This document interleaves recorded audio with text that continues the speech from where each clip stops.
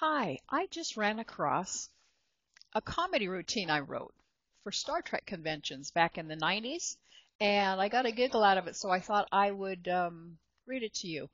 This is not in my book, but it is mentioned in my book. This is called Husband Hunting on the Enterprise. I presented it in Oakland, Denver, and Baltimore during the 1990s. Anyhow, here goes. I love being among Star Trek fans. It's better than being anywhere else on Earth. The only conceivably better place to be would be aboard the Starship Enterprise. I'd go find me a husband. And who would it be out of all those eligible hunks? Captain Kirk? Not on your life. He has a lady behind every bulkhead. I'd always be wondering why he wasn't home yet. I mean, it's his job, isn't it, up here, running this ship? No, his job is down on the planet with the most beautiful woman in the galaxy. He's never landed on an ugly woman planet yet. He gets one in his sights and says, "No way, prime directive, no interference. Beam us out of here." Mr. Spock? Unlike Captain Kirk, Mr. Spock is only in the mood once every 7 years. And then it is not exactly moonlight and roses. Can you imagine living with a man who will tell you for nearly a decade running, "Not tonight, dear. I have other priorities."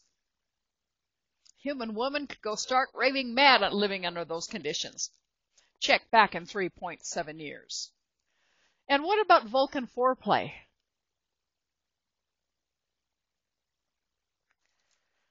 I waited 7 years for this? Mr. Sulu? Cute little devil, isn't he? But he has a tendency to want to play Lancelot at unpredictable intervals. When he isn't doing that, he's jogging or doing karate or cutting up in botany. And I don't know how I could take that crazy laugh. Mr. Chekhov? Well, he wouldn't be bad, but your kids would all talk funny.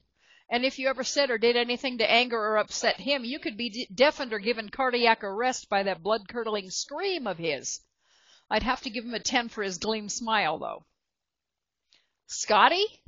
Aye, Scotty is a darling of a man, isn't he? But he has a bit of a self-image problem. He's forever telling the captain he cannot possibly do what needs to be done to save the ship from imminent and total destruction. You'd be up half of every night giving him self-esteem lessons. Well, I guess you know who I'm after. Old Blue Eyes. Leonard H. McCoy. The H stands for Hallmark, because Starfleet cared enough to send the very best.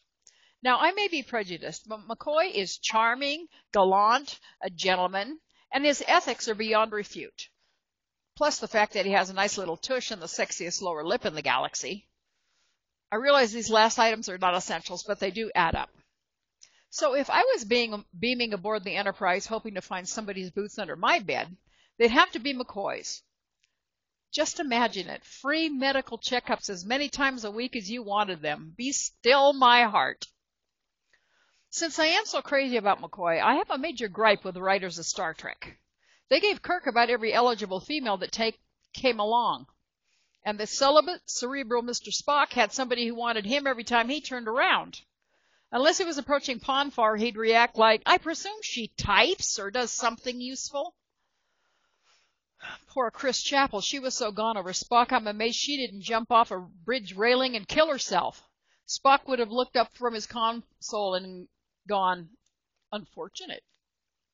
But McCoy, now he was a decent, good-looking man with normal needs, shall we say, unattached, who would probably have requited the unrequited and left the rest to Kirk.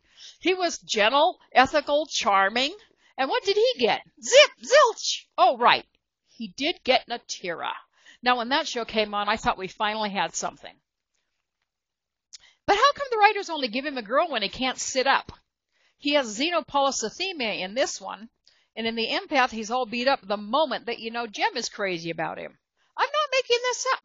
Think about it. In Shore Leave, instead of getting a girl, he gets a lance through the gizzard. In Friday's Child, you know, the one where Ellie Ann decides that only McCoy can touch her? She names her baby after him eventually, too, but not before she spatters him with a rock, laying him out cold. And in the most recent example, The Search for Spock, McCoy goes into a bar and asks the waitress, "Anybody been looking for me?" And the waitress says, "I have, but what's the use?" Wham! Within 2 minutes, he's flat on his back in detention. I tell you, I don't know what the writers have against McCoy and women, but it's detrimental to his physical and emotional well-being.